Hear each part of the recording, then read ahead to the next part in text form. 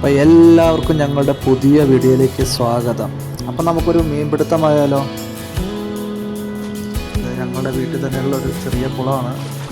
അതിൽ ഞങ്ങൾ ചെറുതായിട്ടൊന്ന് മീൻ പിടിക്കാൻ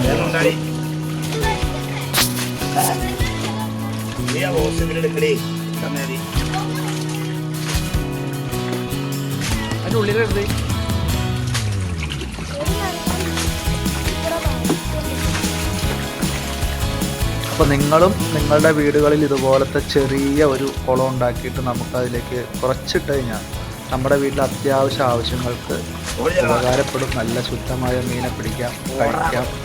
അപ്പോൾ നിങ്ങളും ഒന്ന് ട്രൈ ചെയ്ത് നോക്കുക.